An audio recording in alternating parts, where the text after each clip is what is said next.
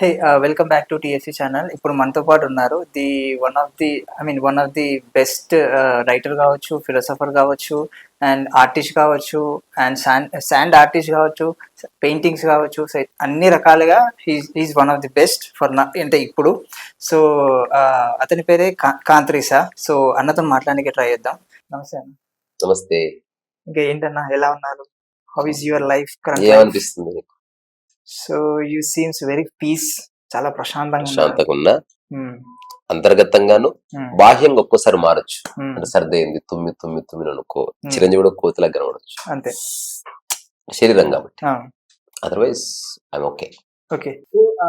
మీరు రైటర్ గాను, ఆర్టిస్ట్ గాను, మ్యూజిషియన్ గాను, సో ఇవన్నీ మీరు చేయడానికి బ్యాక్ ఎండ్ లో మీకు ఏది ఇన్స్పిరేషన్?